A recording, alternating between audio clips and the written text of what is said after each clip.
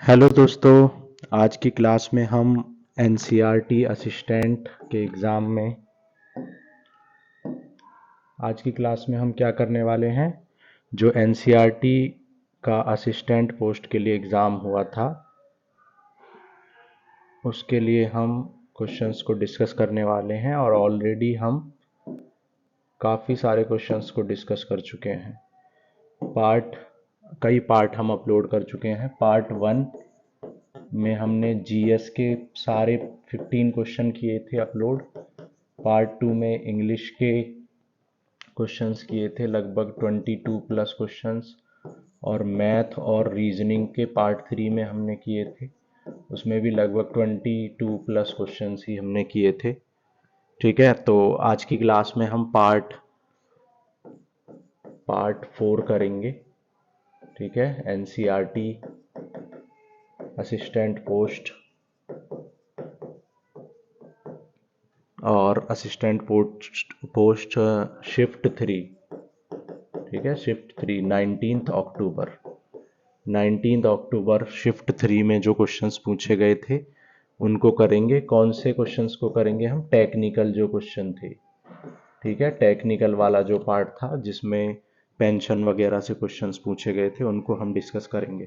ठीक है, उसके अलावा एक मैथ का और क्वेश्चन जो मैंने उस दिन नहीं बताया था लास्ट पार्ट 3 में, तो वो ये था कि 17 और 68 का हमें मीन प्रोपोर्शन निकालना था। ठीक है, तो मीन प्रोपोर्शन क्या होता है? Under root A B. तो ये हो जाएगा 17 इंटू 4, 17 और 4 का हो जाएगा 2, तो 34 इसका आंसर था। ठीक है, तो लगभग हमने 23 क्वेश्चंस कर लिए थे मैथ के, तो ये क्वेश्चन छूट गया था। तो अब हम करेंगे, देखो, टेक्निकल वाले पार्ट के पेंशन वगैरह से जो क्वेश्चन आए थे, तो इसके भी लगभग हम 25 से 30 क्वेश्चंस करेंगे। ठीक है, बाकी क्वेश्चंस मैं कल अपलोड करूँगा और लगभग 20 क्वेश्चन के आसपास मैं आज करूँगा, फिर कल 20 के आसपास करूँगा।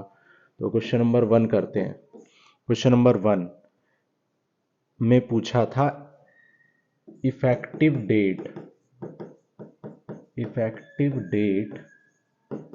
For new pension system. ठीक है, न्यू पेंशन सिस्टम की इफेक्टिव डेट क्या है, मतलब ये कब से कब तक के लोगों के लिए एप्लीकेबल है। तो ये 1 जनवरी 2004 के बाद जो भी जिसकी भी जॉब, गवर्नमेंट जॉब मिली है जिसको भी, उनके लिए ये एप्लीकेबल है।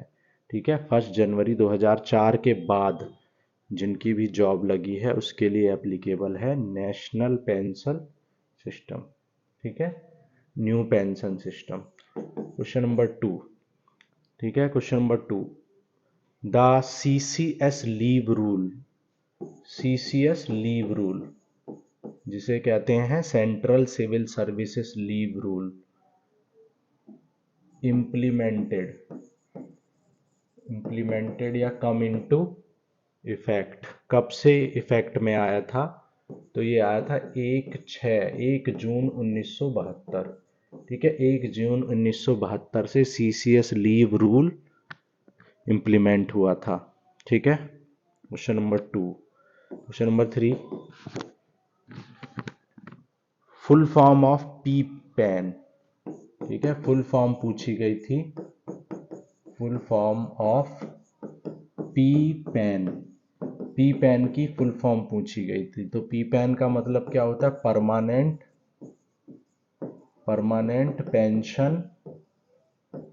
Permanent pension account number. ठीक है, permanent pension account number, P pan की फुल फॉर्म। ठीक है, पूछा गया था कि पी पैन में कितनी डिजिट होती हैं? How many digits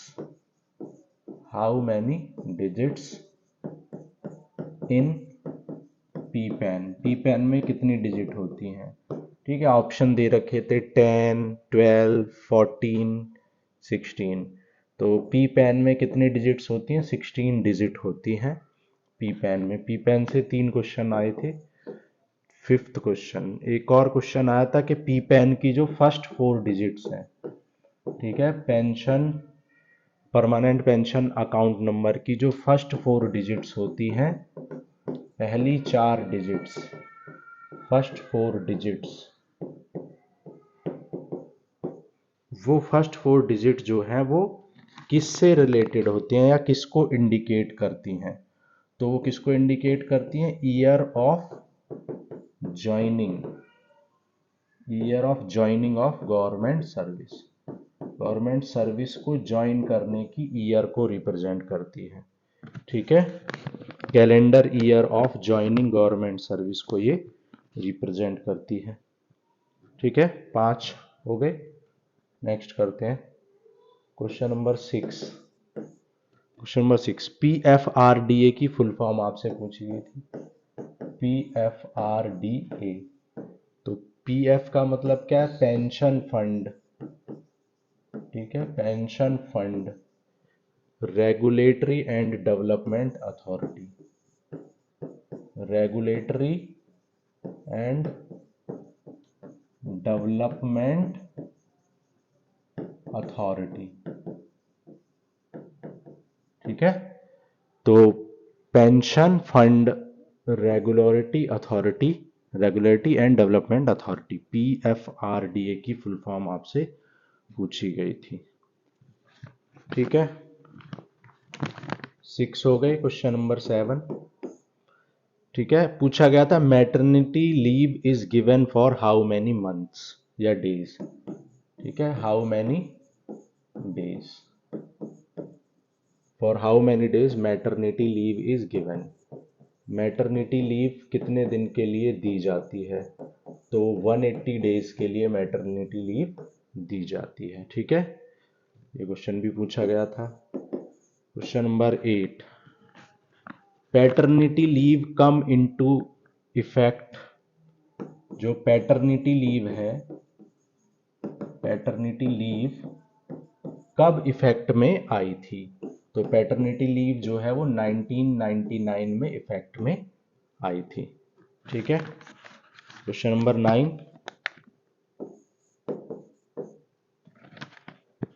how many days paternity leave provided, paternity leave कितने दिन की प्रोवाइड की जाती है? पैटर्निटी लीव, तो पैटर्निटी लीव जो है वो 15 डेज के लिए प्रोवाइड की जाती है। ठीक है, 15 दिन के लिए पैटर्निटी लीव या चाइल्ड केयर लीव प्रोवाइड की जाती है। ठीक है, क्वेश्चन नंबर 10। क्वेश्चन नंबर 10 में पूछा था maximum period of continuation, maximum period of continuous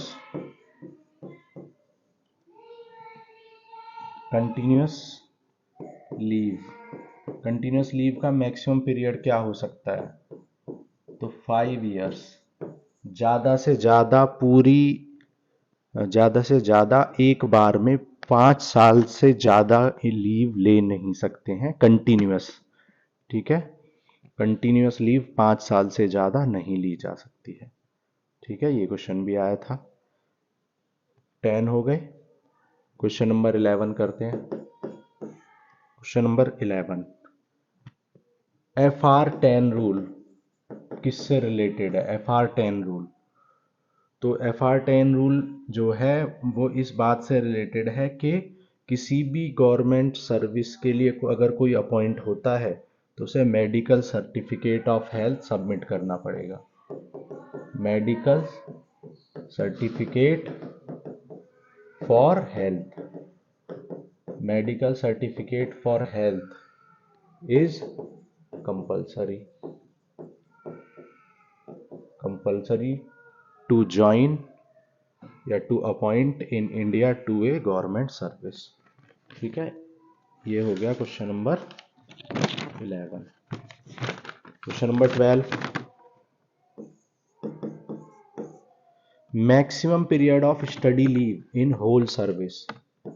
ठीक है, होल सर्विस में, पूरी सर्विस में, एंटायर सर्विस में maximum period of study leave ज़्यादा से ज़्यादा कितने पीरियड के लिए स्टडी लीव ले सकते हैं पूरी एंटायर सर्विस में? तो कितने दिन के लिए ले सकते हैं? 24 मंथ्स के लिए ले सकते हैं, ठीक है। 24 मंथ्स या 730 दिन, शायद ऑप्शन में 730 दिन था, ठीक है। तो 24 मंथ्स के लिए आप ले सकते हैं study leave. Question number 13, how many days leave is added as earned leave in advance? ठीक है, how many days leave is added, how many days leave is added as earned leave, ठीक है। EL कहते हैं जिसे, earned leave। earned leave के तौर पर एडवांस में कितने दिन की लीव को ऐड किया जा सकता है? तो 15 डेज ऑन इन 1 जनवरी में 15 डेज, और 15 days in 1 July of every calendar year, ठीक है। किसी भी कैलेंडर ईयर में 15 दिन की 1 जनवरी को और 15 दिन की 1 जुलाई को जो है क्या ऐड हो जाएगी? 15 डेज की लीव ऐड हो जाएगी हर कैलेंडर ईयर में, यानी कि टोटल 30 डेज की लीव को एडवांस ऐड कर सकते हैं as a EL earn leave, लेकिन उसके लिए 1 जनवरी को ऐड होगी और सेकंड वाली 1 जुलाई को ऐड होगी, okay. Question number 14, single male parent can take, ठीक है, पूछा गया था कि सिंगल मेल पेरेंट कितने दिन की चाइल्ड केयर लीव ले सकते हैं? तो सिंगल मेल पेरेंट जो है वो 730 दिन की ले सकते हैं child care leave CCL during entire service, ठीक है। क्वेश्चन नंबर 15 में पूछा गया था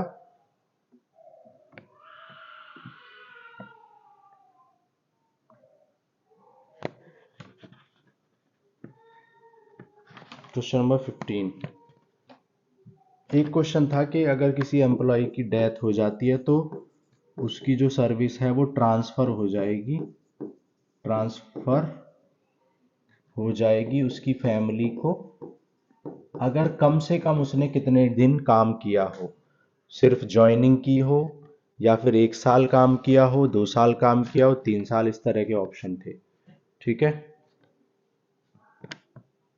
एक क्वेश्चन था, उसमें था कि अगर कोई पर्सन स्टेट के साथ कोई मतलब धोखा या साजिश करता है, कॉन्स्पिरेसी करता है, तो उसके लिए क्या प्रोविज़न है? उसको डायरेक्ट सस्पेंड कर दिया जाएगा, उसको टर्मिनेट कर दिया जाएगा, या उसकी प्रोसीडिंग होगी? इस तरह का एक क्वेश्चन था, ठीक है। एक क्वेश्चन आर्टिकल से था, उसमें आर्टिकल दिए हुए थे 284 शायद उसका आंसर था, ठीक है। ओके, तो आगे करते हैं। क्वेश्चन 17 18 मान लो, 17 क्वेश्चन हो गए, आगे करते हैं। नेक्स्ट क्वेश्चन पूछा था NSDL की आपसे फुल फॉर्म पूछी थी, ठीक है। NSDL की फुल फॉर्म पूछी थी, तो इसकी होती है नेशनल सिक्योरिटी डिपॉजिटरी लिमिटेड, ठीक है, नेशनल सिक्योरिटी डिपॉजिटरी लिमिटेड, ठीक है। Question number 20, what is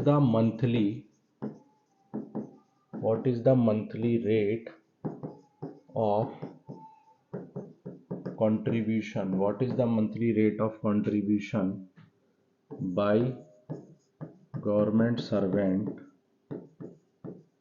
in new pension scheme? तो इसका आंसर था 10% ऑफ बेसिक पे। ठीक है, एक क्वेश्चन था कि जो एमोल्यूमेंट्स होते हैं उसका मतलब क्या है, उसका मीनिंग क्या है, उसका मीनिंग क्या है, बेसिक पे है या इन हैंड पे है, बेसिक पे, इन हैंड पे, या डीए, या फिर बेसिक पे प्लस डीए, मतलब ग्रॉस सैलरी, ऐसा कुछ था। ठीक है, ग्रॉस सैलरी। ये पूछा था कि एमोल्यूमेंट्स का मतलब क्या होता है, एमोल्यूमेंट्स का क्या मतलब होता है, डीए होता है, ग्रॉस सैलरी होता है, इन हैंड पे होता है, या इन हैंड सैलरी होता है, या बेसिक पे होता है। ठीक है, एक क्वेश्चन था कि मिनिमम मिनिमम कितने सेलर्स को, एटलीस्ट कितने सेलर्स को, जो मतलब एग्जैक्ट क्वेश्चन याद नहीं है, सेलर्स का था, एटलीस्ट कितने सेलर्स को अपॉइंट कर सकते हैं, तो शायद 3 सेलर्स होगा उसका आंसर। ठीक है, तो ये क्वेश्चन 22 हमने कर लिए। अब नेक्स्ट पार्ट में हम बाकी क्वेश्चंस को करेंगे। ठीक है, और फिर कंप्यूटर के क्वेश्चंस को अपलोड करेंगे। Thank you.